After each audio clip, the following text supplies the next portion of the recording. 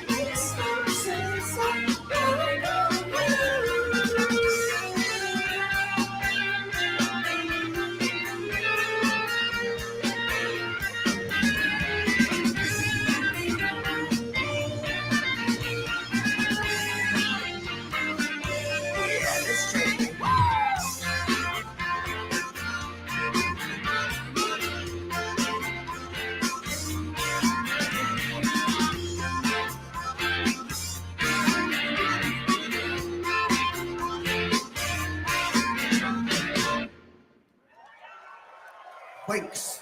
Sorry about my modal discrepancies. What do you reckon, eh? Better not bad? Man, I was so modal as well.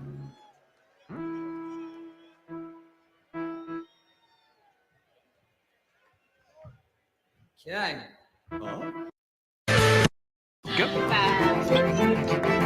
Gifts delivered on time or your money back. Etsy has it.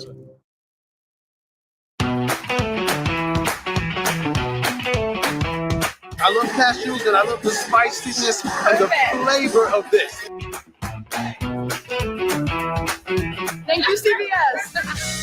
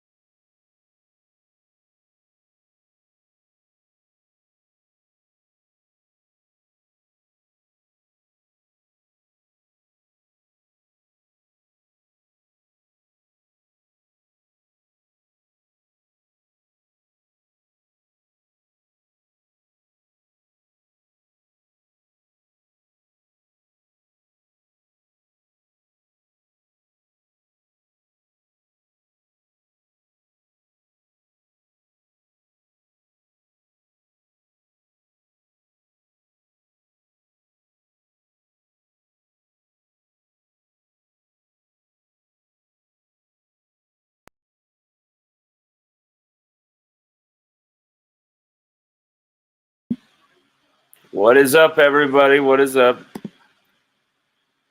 We need to get some more lights on in here. A bit dark now. Oh, it's a very gray day. It was like very nice and sunny. I don't think we had any lights on because it was like, why? You know, we both kind of fell asleep, and wow, wake up and it is dark. What is up, everybody? How you doing? LSUODYSSEY.com right here, right now. Let's get the proper background here, right?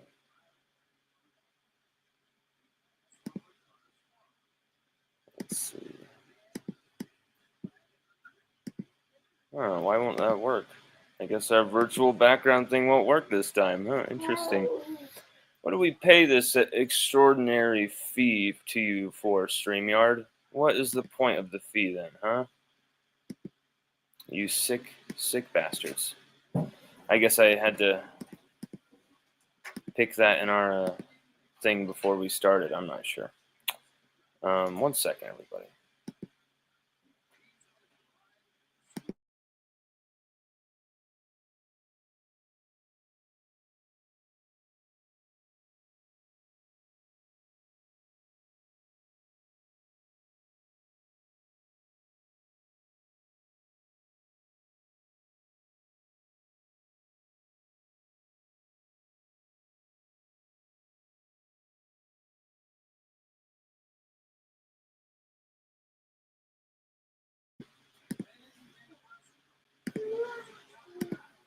What's up, Jamer? How you doing? You know what? I kind of am bugged by having the background. I kind of don't like the background. I'd kind of rather be in this weird portal of space. Let me restart this stream. I'll be posting another. No, I don't know. Whatever. Let's just go with it. Let's just roll with it. Anyway, yes, LSU playing Florida. And I know people are saying LSU's still in it. LSU has a chance to still qualify for the SEC championship game. And you know what? We have to worry about overcoming this Florida team and DJ Lagway first. And I know that sounds ridiculous. A team that's 2-4 in the SEC. The Florida Gators are 12th ranked team in the SEC. Is that insane or what? That's truly remarkable to me, that ranking. But they are so injured. They are so decimated by issues with their team that it's easy to see why that this has happened, why they are in the position they're in. And it's bad coaching as well. But still, Florida have some sneaky talents on this team, and that goes, with starting with DJ Lagway, their true freshman quarterback, former 5-star and former LSU target for Joe Sloan. This young man has quite the amazing skill set, but here's the thing. He is nowhere near full health or anything like that. Okay. I really don't expect him to be out there flying around unless his injury was just really dramatized like crazy with them carting him off and all this bullshit. Or maybe they just were taking extreme precautions because of the other injuries, perhaps. Who knows? But if his injury was that bad, the grade whatever hamstring, and it, he's writhing on the ground, it looks like a serious injury. Surely his dual threat capabilities would be somewhat limited, right? But we're told the same thing about Jalen Milroe. He's kind of banged up. Like, just don't listen to people going into these games when they're talking about some of these injuries, unless it's really someone credible who's not always just throwing around this quarterback's banged up, and then they come out and there's nothing wrong with them. Like, I heard how many times that Jalen Milroe was hurt. If he was hurt, that makes it look even worse, But so DJ Lagway, we know he was actually carted off, but how serious that injury was, the hamstring injury, how serious it actually was to begin with, we're not 100% certain. We do know for sure that he has a good range of movement. He's not like 100% in any way, shape, or form.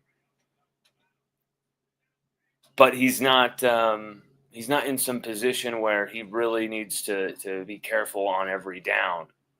And at every down he's in potential of re-injury. So LSU are going to have their hands full in this game, is what I'm trying to say. He is going to be mostly fully available unless LSU can get a ton of hits on him early, get shots on him, and in one point or another you hit that leg, that ankle, that hamstring area, that lower leg area, we'll just say. Yes, these type of things could have a great chance of becoming re-injuries. So LSU are going to want to get hits on this kid early, but are they going to be able to? That's the thing we haven't seen from this defensive line. They haven't been able to get home for it hasn't just been, since Connor Wegman left the game, right? And there's been opportunities. It's not just because, it's running quarterbacks, right? And so LSU can't, they've had opportunities to get these guys. First play of the game was the false start against Alabama. Second play of the game, Savion Jones has this opportunity to absolutely set the tone in this game and obliterate. Let's do this right. Let's put this hat on and obliterate Jalen Milroe in the backfield. Really screw this team's beginning up, right? Really set the tone of the crowd noise intimidating you. The penalty is now tripping you up. And now the defense is taking complete control of the game, right? And instead, he barely misses. And I'm not, I know Savion put out a tweet earlier about haters. Savion, you and your family know I'm not a hater, far from it.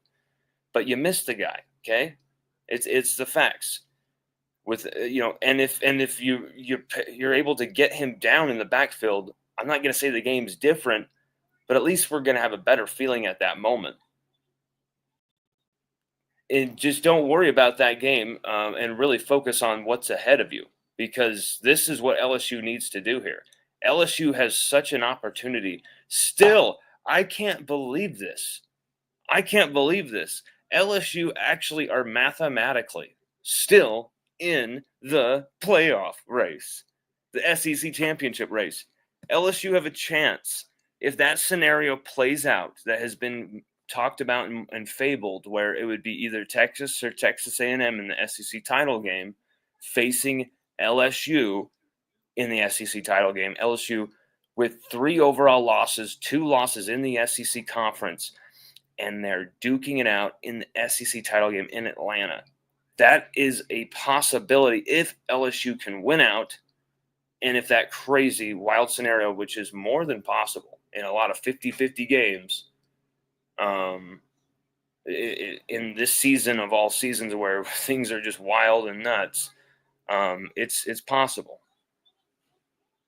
What are you doing? What is that? Oh, is that a cookie? Oh my God. Sage got into a cookie. You're going to be nuts for the next 3 hours. Oh shit. You look like you're a crackhead, Sage. You're like hiding that cookie. Huh?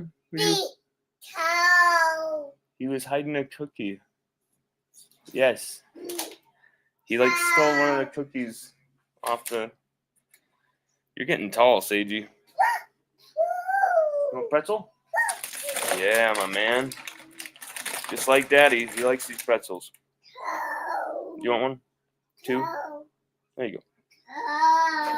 It's Tom. It's Tom.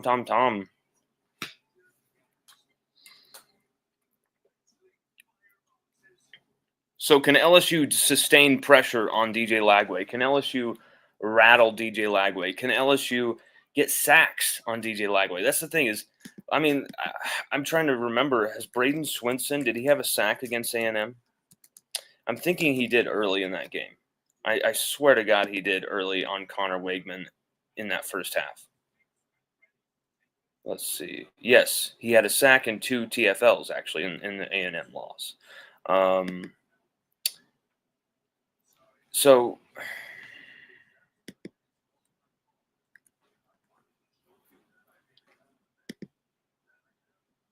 let's see here. Alabama, 8 tackles, 5 assisted, 3 solo, no sacks, no TFLs. But here's the thing. Braden Swinson has had quite the season. 8 sacks already. He's just 4 sacks away. Or sorry, I should say 4.5 sacks away from breaking the all-time LSU single-season sack record, topping Arden Key's sack record. That would be insane, and it would be deserved. He's had a hell of a season, but here's the thing. LSU defensively has improved big time, but isn't it just infuriating that Braden Swinson sat behind the bench for most of a season behind Ovie Oghoufo? And in the games where Swinson played the most, against Mizzou, against Florida, he had a sack fumble that not only won LSU the game because it gave Jaden Daniels and that offense an extra possession, which they promptly cashed in. It was like he was taking over the game, those 2 games. If you go back and you watch the film, he takes over those 2 games because I'm not sure if Ovie is hurt or just they finally got it through their heads that Braden's the better matchup here, and they just let him go to town, and he really took those games over. We need to find a way to free Braden Swinson up. We need to find a way to get Whit Weeks back into the game. 15 tackles, half a TFL, 1 batted pass at the line for Whit against Alabama, but he had some misses, and he didn't play his best game at all at LSU. And just like everybody else on the defense, has a lot they need to get better at in the covering the run, covering teams that can really boss you and get off these blocks. It was shocking to see Whit Weeks not being able to get off a block, and it's because a lot of the plays he would be almost isolated in the linebacking core with one guy blitzing aimlessly, leaving a huge gap behind them, and then you got Whit trying to go to the left, go to the right to cover the play, and then he's got 3 guys just pounding him into the ground. So I feel for Whit Weeks in that game because he was in a no-win situation, right? That's a game where Harold Perkins is still there for LSU. You really get why his value is needed just because of you. Even if they used him incorrectly in that game, you would still at least have Harold's speed to account for, and the offensive line, tight ends, receivers, whoever having to block Harold and trying to get him out of the play, which would free up Whit. Instead, now you've got Greg Penn III or whoever, if it's Devon Keys even next to Whit Weeks, and they're vacating that area. It's just very easy. Whit Weeks has to cover their entire field on every play. It's insane. He had 15 tackles in the game doing it. So I've seen a lot of criticism his way. I really don't feel that that's very fair. I feel that that's kind of just a bunch of bullshit. I feel like that's a bunch of just negative, just idiots, just wanting to bitch and moan and cry about the game. And it's fine. I get it. That loss to Alabama is unacceptable. It was embarrassing. But you think that the team almost wants to lose. There's some people who actually think that this team wants to lose. Hey, let's go out there and lose. I don't understand those people. There's some people who I wonder if they actually want the team to lose. So it's a strange situation with this team where there's a lot of negativity.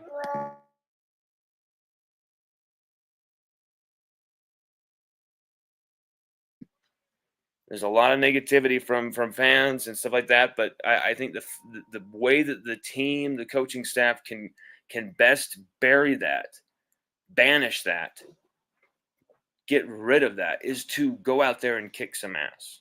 Go out there and win this thing. Go out there and dominate Florida like they should.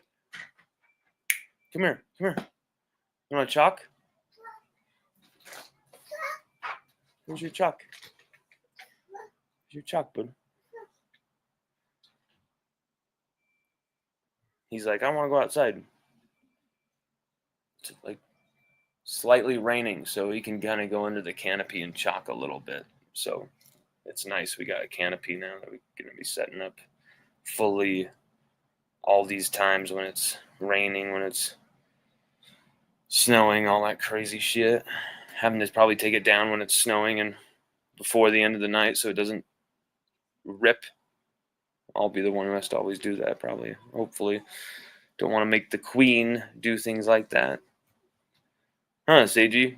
Mama shouldn't have to do the dirty jobs. She already has to do enough of those dirty jobs.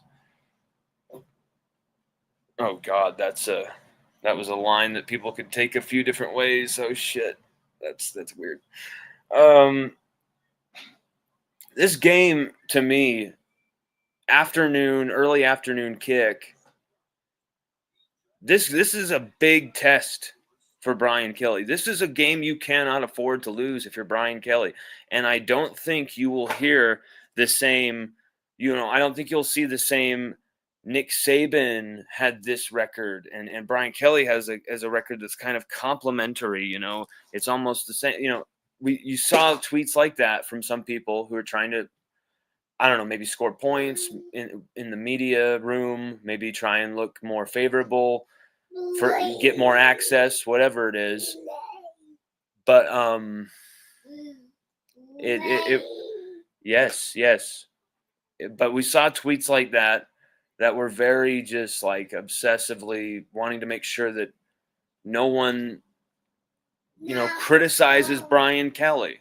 It was kind of like, we've played this game for 3 years, and it was a shitty, horrible game. And it was an indefensible loss. So why are we defending it? I understand that it's just one game. Chalk, buddy, chalk.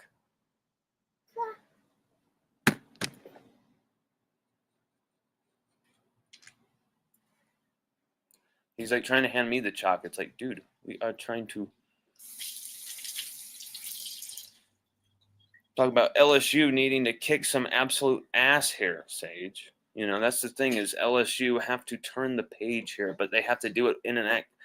I don't think it's going to satisfy kind of stumbling to a win here against a really shitty Florida team that have a lot of guys missing. So you got a shitty team, a lot of missing players, an injured quarterback where it feels like 2 Swinson hits, maybe a Whitweek splits off the edge. Hell, even Sage Ryan could knock this guy out of the game. A few different guys could knock this kid out of the game if you actually scheme it up correctly. And LSU should be able to dominate and overpower, absolutely overpower Florida. But do you think you'll see that? Do you honestly think you will see LSU dictating in the trenches like they should against Florida? Do you think you're going to see LSU being able to prevent pressures in Nussmeier's face or from, Nussmeier preventing himself from making bad mistakes in throwing the football, throwing the ball to the other team? Do you think we're going to see a turnover-free, clean game where Nussmeier dominates this game through the air, dominates this game in efficiency? Because you could see it, you could see it go a few different ways, couldn't you? Do you think? I don't know. I think you guys are going to be a little surprised by our prediction because I'm seeing a lot of interesting picks. A lot of interesting picks coming out of the woodwork from some people. There's a lot of people who don't think that Brian Kelly will ever lose one of these games to Florida. He's still undefeated against Florida. So 2-0. Is Brian Kelly going to make it 3-0 against the Gators and really just put Napier's face in it? This would be his second win in the swamp after winning there in 2022.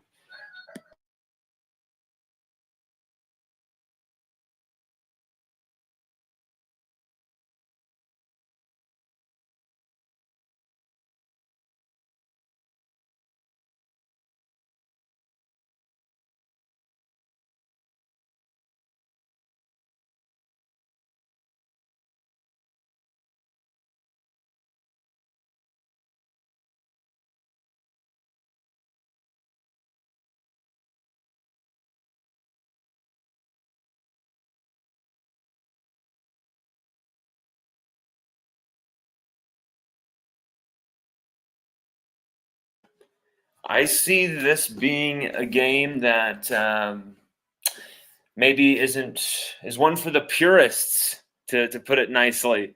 I think this might be a sloppy game. I think this might be a game where it's quite brutal to watch, quite brutal to envision, and I think there's going to be some sick plays finally in the end from LSU. I think you're going to see LSU actually have a good passing game. I think you're going to see LSU look good with Mason Taylor through the air. I think you're going to see Mason Taylor have a game. But really, my question is just all over the place. Like, this is a game where I have just so many questions. Usually I'm like, this is what is going to happen in this game. And I have a very good feel, right? And I've got whether I'm wrong or whether I'm right later on, that's a whole nother story.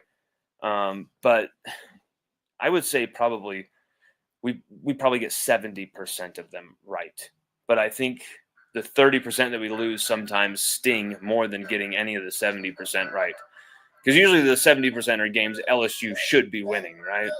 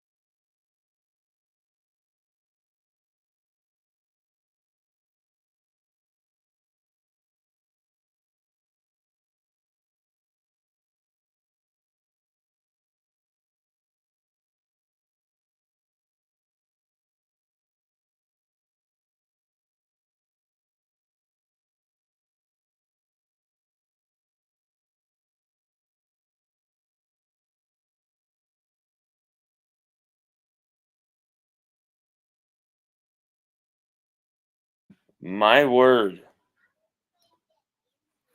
Sometimes these kids just do some insane, ridiculous things. Using 30, this is Amacat1, longtime viewer, longtime awesome Tiger badass, who posts, using the 38 scholarships excuse is like the Democrats blaming Trump for everything they screwed up.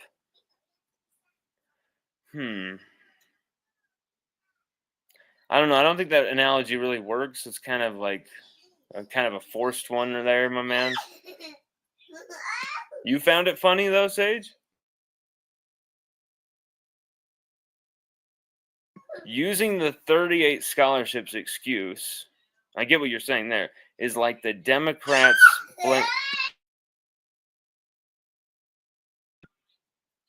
using the 38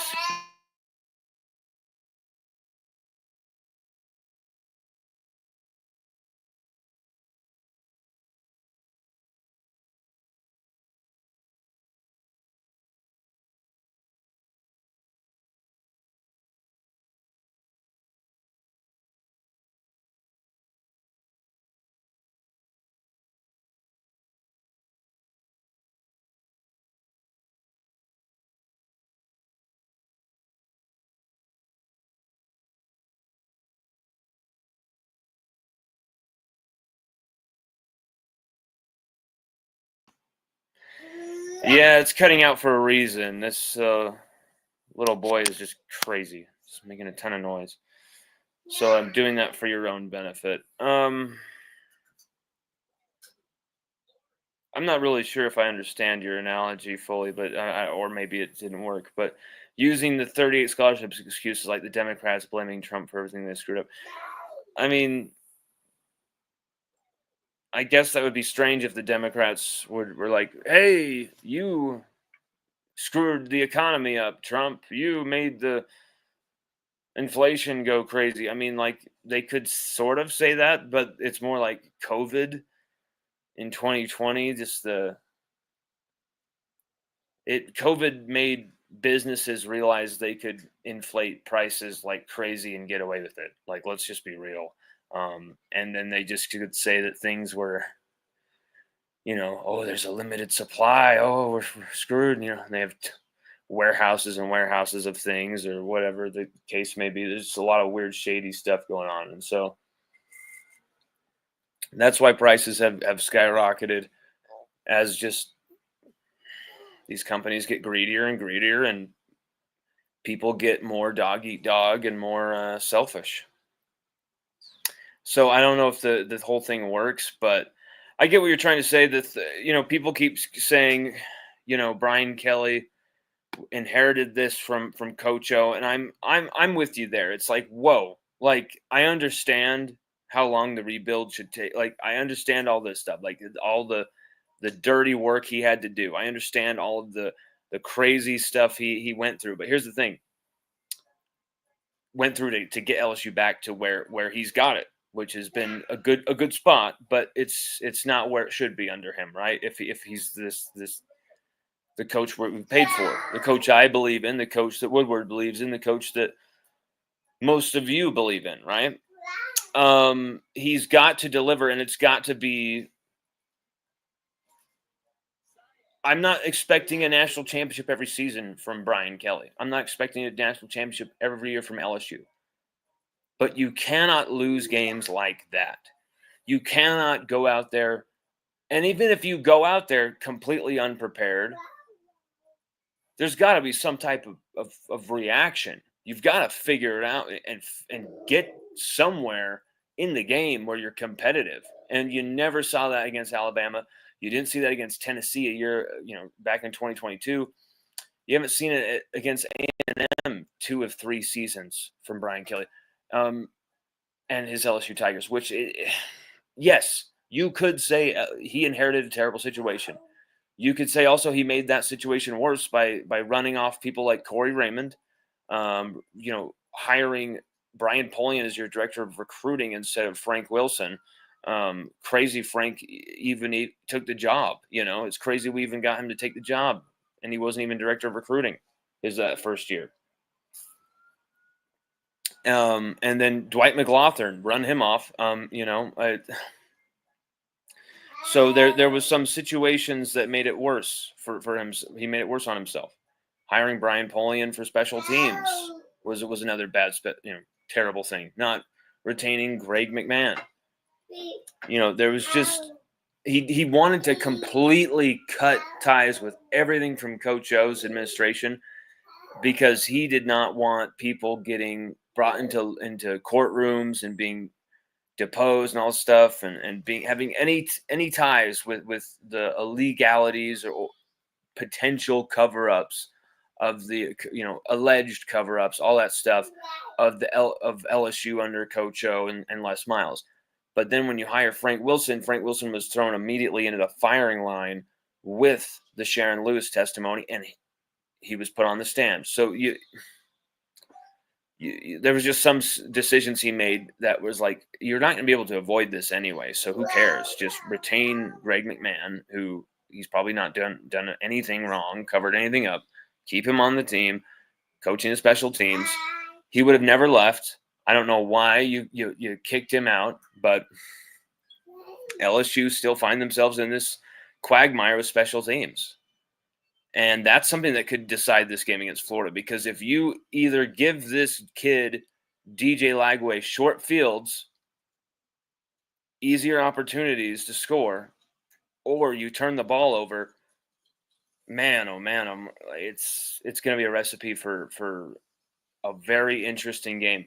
I actually am going to revise. I'm going to revise my prediction. Amacat1 says, I believe we should dominate Florida, but because it's at the Swamp, I think it'll be close. It usually is close at the Swamp. It usually is. But it really should be a blowout, this game. This game really should be a blowout. I'm not going to kid around. It really should be an absolute blowout. LSU should throttle Florida. I actually think it's going to be a shootout.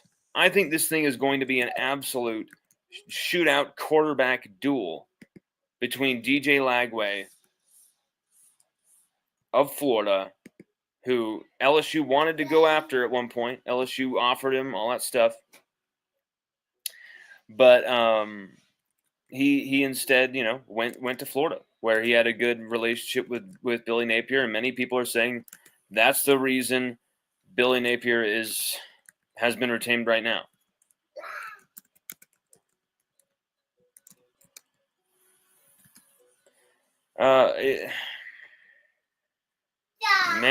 It is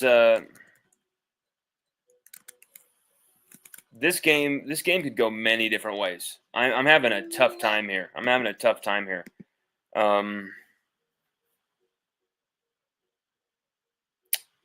This game is going to be all over the place for LSU. And LSU could sneak a loss into this game. Like they could literally find themselves getting beaten here by Florida, and I would not be shocked. Is that sad? I would not be shocked if LSU lost this game to Florida. That's crazy to me. But you know what? It's how I feel. I would also not be shocked if LSU, kind of had like a 31 to 17 kind of middling victory either. There's a few ways that this could go where I wouldn't even be shocked. I'd be like, yep, that's this team, unpredictable and just continues to underwhelm, right? Continues to fall short of expectations. But this Florida team, man, they have so many injuries. They are in such a god-awful position as far as like their schedule. LSU have so many weapons. Xavier Thomas, there, Aaron Anderson. There's so many guys. We've barely even scratched the surface with what they're capable of doing. But you also have a defense that has lost a ton of confidence. They were playing with infinite confidence. They were walking on water, that defensive unit, after the Arkansas game. And they've been brought back down to earth by, 6 quarters of 73-19, being outscored 73-19, allowing 311 rushing yards to Alabama, allowing 242 versus A&M, allowing even 180 to Ole Miss in a victory, in a surviving overtime victory. It's not good enough. You have to stop the run against Florida, or this will be a crazy game. And you know what? I think LSU's defense will force a few turnovers. I think LSU's defense are going to be able to get some pressure on DJ Lagway too. I think LSU's defense are going to have some big hits and some big plays. I think they're going to make have some moments, but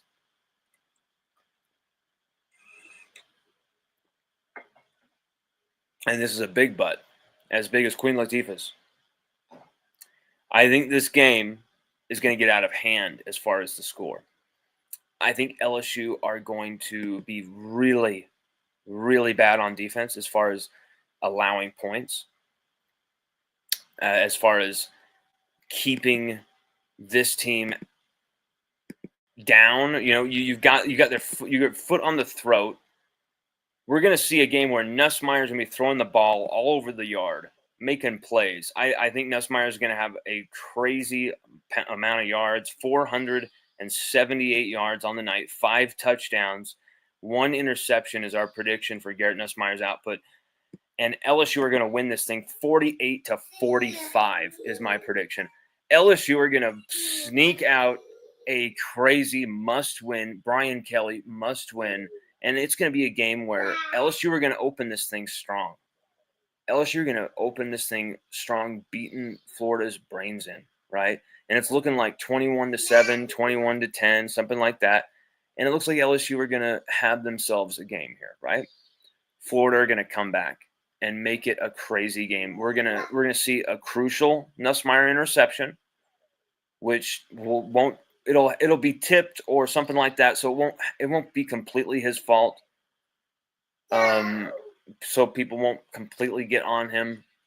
His confidence won't completely get drained in the moment, and he's gonna come back though after Lagway has some big plays with his legs, some rushing scores, make some good effective downfield throws. Nussmeier comes right back and bombs away 478 yards, 5 touchdown passes. LSU through the air, death by 1,000 cuts. Florida's defense just are not good enough to hang with LSU's offense. I think LSU's offense can pick away and wear out Florida's defense even if they don't run the football. And that's a scary thing to say as an analyst, but I think it's the truth because that's how bad Florida is. That's how many guys Florida have missing. I could be proven wrong. I don't think so here. LSU, in my opinion, win this thing 48-45, passing the ball all over the place. Nussmeier could seriously have 60 attempts, and I wouldn't be shocked. It's going to be a game where Florida are going to be able to run the football on LSU. It's going to be a game where LSU are going to have to hang on, hang tight, and really just gut this thing out at any cost in the end. It's not going to be a style. At first you're going to think this is going to be a win with style points. I'm feeling this, right? A win with some real balls here, right? Instead, I think it's going to flip on LSU and become a game where you're just like, just get this thing over with and get the win and let's get the hell out of here and get home. Like, to hell with Gainesville. Let's just finish this thing off. I think it's going to be a game that's going to go a lot longer, a lot crazier, a lot more wilder than it should.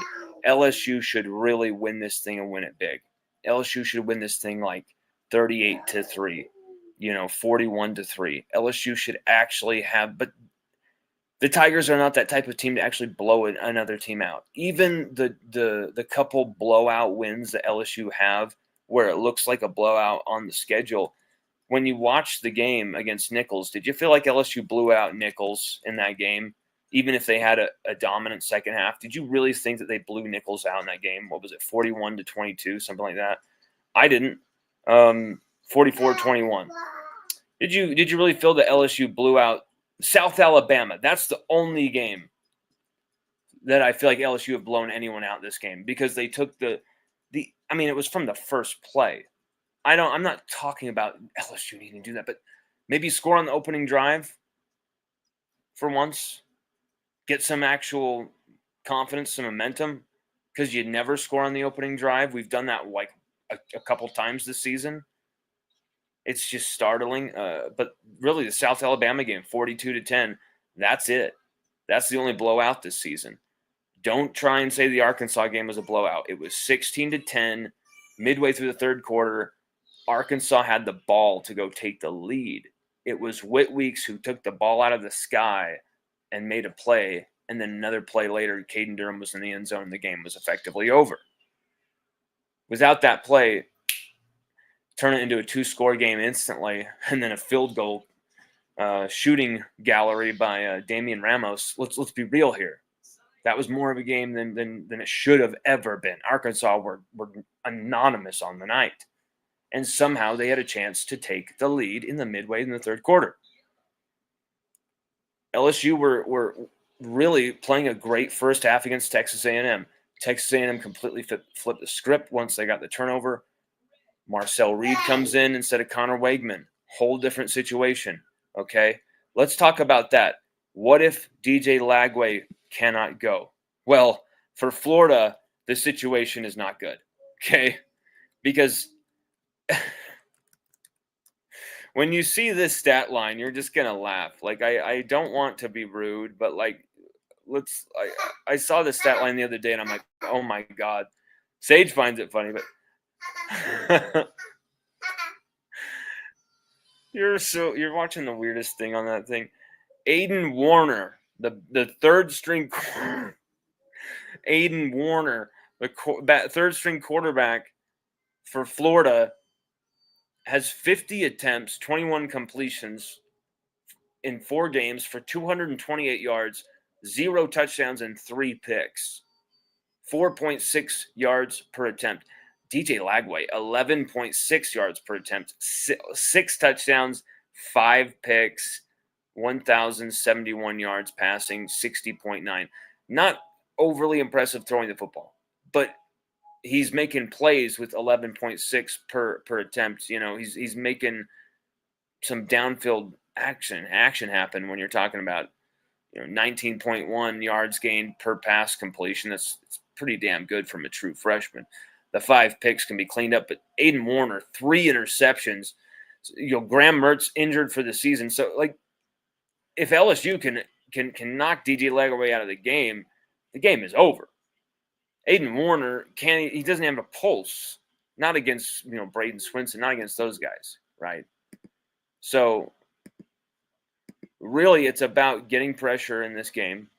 Really, it's about making Ben Hill Griffin Stadium your bitch and absolutely dominating through the air if you can on the ground, which you're probably not going to on the ground again.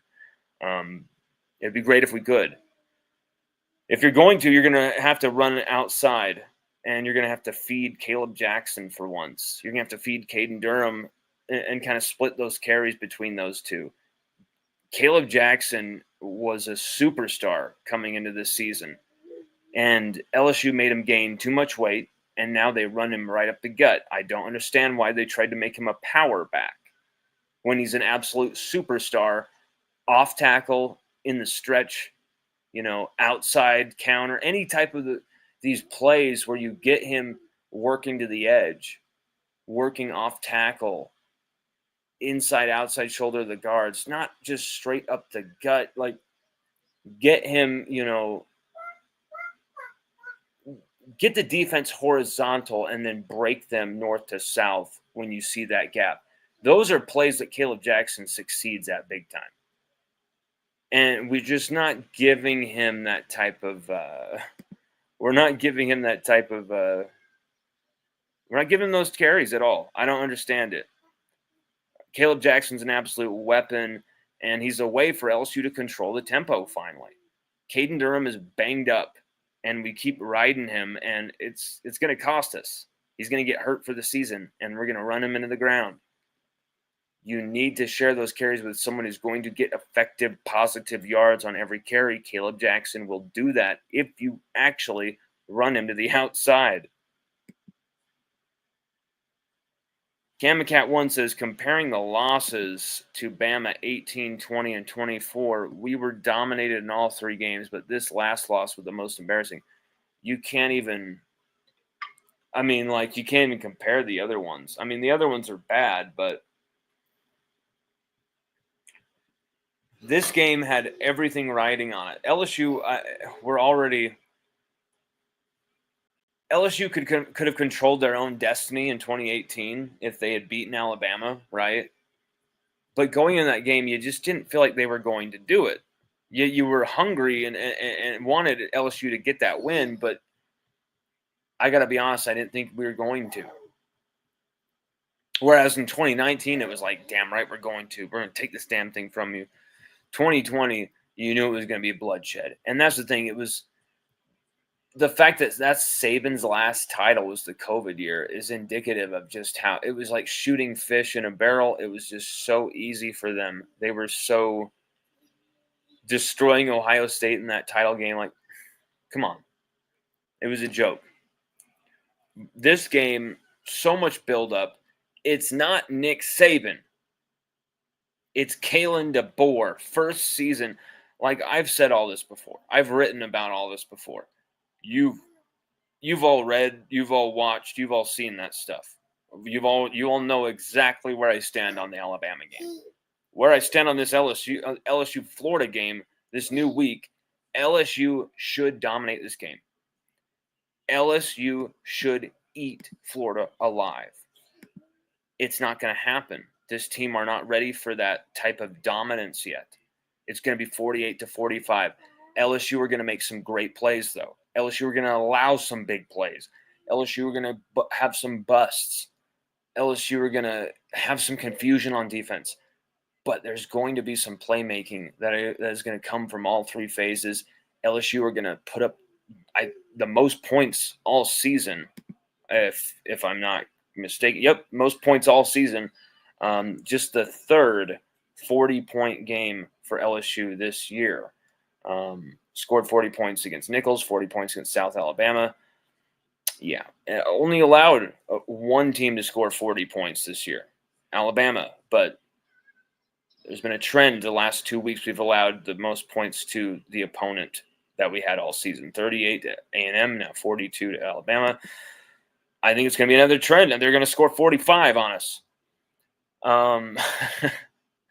I don't want that to happen, but I know how this team, they're going to make it as heart-wrenchingly crazy and wild as possible. What you doing? And up for yourself, chocolate candy. It's weird.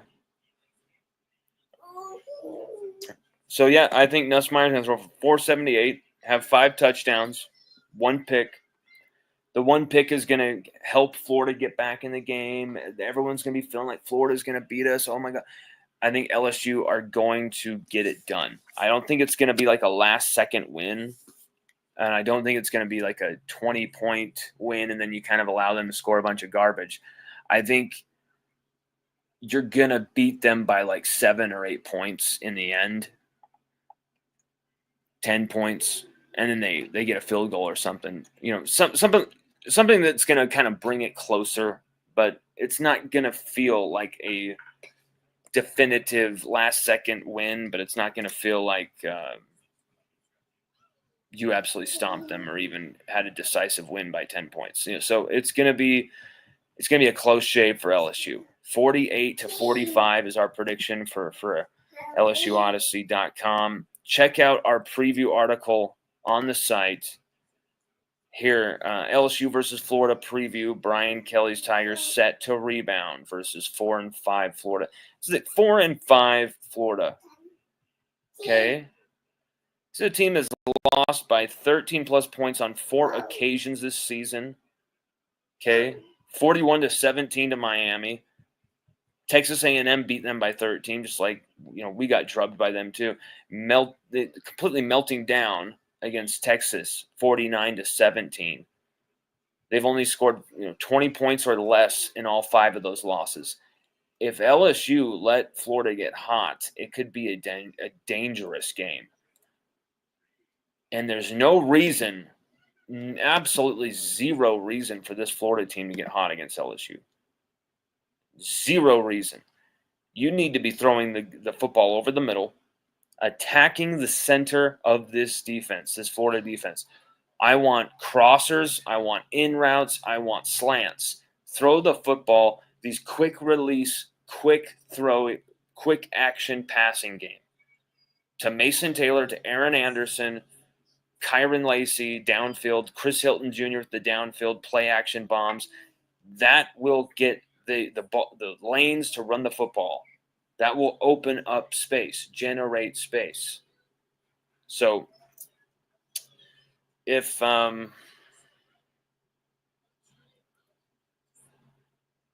LSU lose this game, there will be some serious discussions. There was still some people kind of holding out because it was Alabama, because of the circumstances, whatever was going on in their heads, comparing records with Saban's start, whatever. After you lose a game like to Florida, there will be some it'll be the hot seat will be starting. It'll be turning up. And you don't want that for Brian Kelly. You want Brian Kelly to at least contend every season at LSU. There's a $100 million contract we've invested in this man. This is the man to show LSU the promised land, to take LSU back there. And he's going to be the coach for a while. And we're going to be patient with him. And we're going to let him ride. We're going to ride with him for year to year to year to year to year. To earn that trust, you need to do things like you did where you beat Alabama with a 2-point conversion. That won at least 2 seasons of belief and hope and just trust and just balls and just that's an alpha male. Like, that's a dude that's going to go in there and take charge of the situation at LSU. If there's something wrong, he's going to address it and attack it and fix it.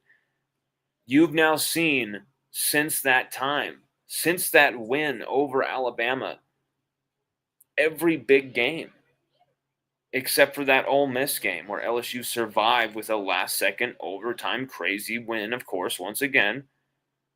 Besides the Ole Miss game, which still might prove consequential, but from the outside look, it doesn't look like it's going to have that much of an effect unless LSU can win these games. If LSU do not win these games and that scenario does not happen, it doesn't matter. LSU won't get to the SEC championship or the college football playoff. So, it's another top 10 win for Brian Kelly. It's great, but you've got to win the games that matter.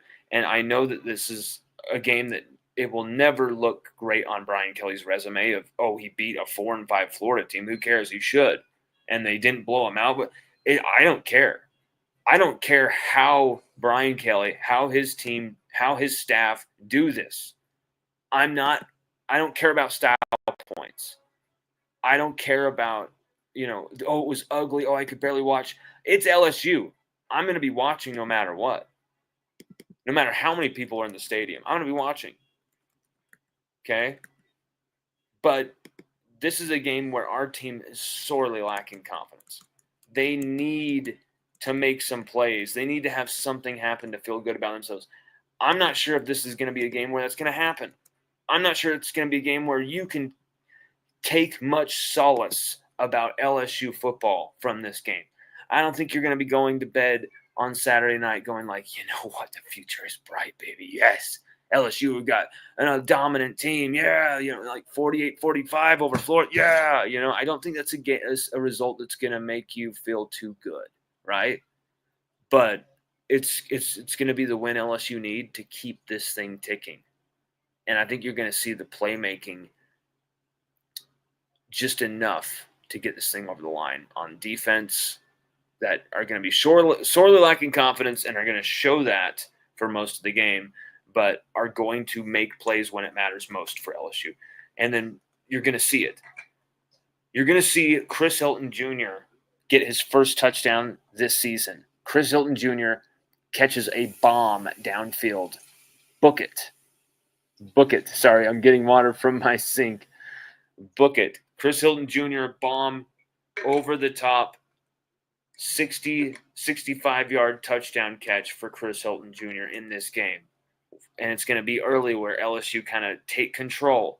And it's going to be very disappointing that LSU give away control and let Florida back in this game.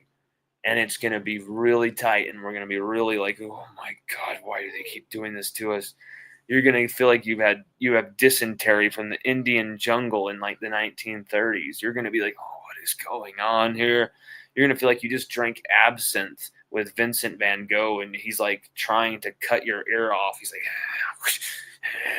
like, you look like a demon, the demon. Like it's going to be crazy visions of hoodoo voodoo. And as long as LSU just get this thing over the line, that's all that matters. That is all that matters here. Avoid any more injuries. And, of course, paramount, number one, without style points, it does not matter. Just win the fucking game. Win it. Now, post your predictions. Post what you think is going to happen in the comments section of this video. Share it, like it, subscribe it. Seriously, give us some love, give us some shares. There's some people who've been really great to us, and we've really just thank you so much. There's so many of you guys. I'm literally humbled that I even have people who actually tune in to watch this, who want to know what's up. We've got some interesting stuff coming for you. And I know some of this stuff I've been working on. But hey, whenever we tease a project, we always deliver on that project. It may take a second, but that time is always important. And it always makes what we're coming with better. It always makes what we're coming out with more informed. It always makes what we're coming out with more jam-packed with news and information and exclusive content, exclusive interviews, exclusive all this stuff that you can't get anywhere else. And that's why you definitely got to check out LSUODYSSEY.com. And that's why we're going to keep it rolling here. Win or lose, draw. There's no draws anymore, but win or lose, we love LSU football. We love LSU sports. And here's the thing. LSUODYSSEY.com is about to grow in a way that no one is going to see coming. And I've been working on that kind of behind the scenes a bit. That's why you haven't seen, 3 articles a day and all this crazy shit for the last month or so. We've been really making sure everything we put out is very high quality and very lengthy and as much possible as we can put out, of course. But we've been working on something that is it's going to take everything that we do daily to the next level. And it's not what you would expect. But with some creativity on our part, being able to maximize the little at our disposal that we've got, I think once again, it's going to be very interesting times at LSU Odyssey. It always is, we're a DIY band of craziness, If you love King Gizzard, the band King Gizzard, they are an absolute influence on how we do what we do, because they are very homemade, homegrown, but they're fucking great. They're so good. King Gizzard, you'll listen to 5 or 6 King Gizzard songs, and you'll be like, okay, that's who this band is. I figured them out. Screw them. I don't like that. Throw them away. But if you keep giving them a chance, this is a band that rewards you with one great song after another. And they just blow my mind how good they are. They cannot. And here's the thing. They have an insane work ethic. They have 26 albums and they've been around since 2012. 26 albums. They put out 3 in a year, a couple different years. It's insane. It's almost too much. And we have always tried to kind of take that same path. And yes, with having a child, having the job, of course, too, that's taken up time. That's taken up content. But with that time that we have always tried to generate and spend as much time as we humanly can grinding and providing and supplying the best stuff possible for you that we humanly can. And I think given our position, I think we've given our location, given all of these factors, I think we've succeeded in that. And I think if we continue doing what we're doing, we'll only continue to succeed in that. And hopefully you guys enjoy what we do. And hopefully you guys can see that we enjoy what we do and have a passion for what we do. And we feed off of that together. And because of that, people felt very down about the Alabama game, And I told a few folks, hey, watch your favorite, LSU thing and kind of, it'll help you kind of vent and kind of hey, yeah, they saw exactly what I saw in that play, how they fucked up, how that was screwed up. God, why did that happen? It's a good way to commiserate as fans.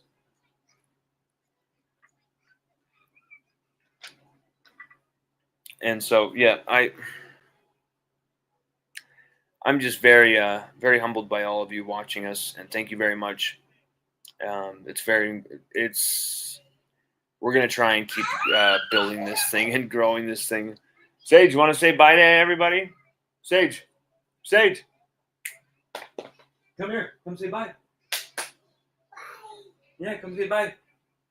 He's like, bye to who? He's like, bye to who? Sage, come here. Come here, you little Gertrude. You Gertrude, butt. Bye. You want to say bye? Bye. Bye? Bye. Yes. Should we wave? Is that you? Is that you? Woo. Yeah, whoa. Who's that, Seiji? Who's that? I am the luckiest dude in the world. Everybody, I love you. Go Tigers. We're going to kick some Gator ass. Hopefully it's 48 to -5 instead of 48 to 45. And hopefully our predictions were completely wrong. Jamer, you're the best. You have safe travels going to home. Take it easy, Jamer. Jamer, say bye, Jamie. Yes. Can you say Jamie? Can you say Jamer? Can you say Jamie again? Can you do that again, please? Jamie. You at least did it once. That was awesome. All right. Take it easy, everybody. Amacat, you're the man. Have a good rest of your Friday, Amacat. And we should be doing a post-game show for the Florida game. Absolutely doing a post-game show. And then also an article on top of that. So on Saturday evening, you will have 2 major pieces of content, just as you always do every Saturday from us. You get a huge feature-length article that really goes in depth on everything, not just the opinions, what we think we saw, but really the facts of the game as they played out. We chart everything. We get really deep into the next level stats that we cobble from all over the place, different resources, and put in one place for you, your benefit as the fan. And then we really dive deep into what it all means and kind of the tone, the vibe, the hidden language within the unspoken win or loss of what the game was. So tune into that for the post-game show, which is kind of like this, a more raw, a more casual, instant reaction kind of thing. Tomorrow, right after the game, and then we'll be doing that post-game article. So everybody, check out for those. Watch out for those pieces of content. Sorry, I've had a weird voice today, kind of like a say something and then half of a word will come out. Like I don't know what's going on. Sorry about that. I had a weird phone call right before we went live. Sorry about that too. The delay with going live. I got a very weird call. We got a ticket for driving with a car that was unregistered. Our registration was old. And we were told that the case was dismissed and all that stuff, so we didn't have any fine, nothing to pay. And I was like, okay, wow, great. Well, now I get another letter in the mail saying that, like, no, we want money. But luckily, I just talked to the prosecutor guy, and he's like, if you just show me a photo any day this week and come by the courthouse and show me a photo of your car, and your official stuff, bring your papers in, like, I'll just dismiss this huge fine that we're trying to hit people with. I'm like, hell yeah. So it was another win. So hopefully LSU really step it up and get the win as well tomorrow, because this is a bunch of great kids. Emory Jones, Will Campbell, Garrett Nussmeier, Sage Ryan, Deshaun Spears, Greg Penn III, Whit Weeks, Ahmad Bro, so many great kids. And there's a mix of veterans, a mix of youth. There's just a good mix of guys on this team. I would love for them to be able to compete for an SEC championship this season, in a season where I don't really feel like anyone's been that strong in the SEC. And so I can't really say, oh, that team deserves it more over anybody, or that team. Like, they all have had flaws. They've all been really poor at times. They've all got bad losses that were unthinkable. Like Ole Miss, they lost to Kentucky. Ole Miss lost to Kentucky. They lost to Kentucky at home. Like, let's not forget that type of stuff, Like, some of these teams have some atrocious losses. Tennessee lost to Arkansas, like 19-14. Like, my God. A&M just got destroyed by South Carolina as a top 10 team with everything in front of them. Like, this SEC season is scawampus. It is all over the place. So who are you as a program to say it's our conference, it's our year? it could very well just be LSU's, because LSU have the easiest path these last few games. And in a one-off winner take all game, LSU versus Texas A&M, my God. It's what the fans deserve this year after such a tough season. We at least deserve one type of big time game of relevance, and whether we win or we lose, it's going to be a crazy event. I think we deserve a December trip to Atlanta. Let's make it happen, LSU. Win these games. And it starts tomorrow in the afternoon by kicking Florida's ass. So hard that it might wake Tom Petty from the dead. I shouldn't have said that. Too soon. It's too soon. It's been 8 years that he died. It's too soon. Even though Tom Petty himself's probably laughing at that joke. Too soon. Kill comedy. Stop that lawn. You were offensive. You offended me. You were offended.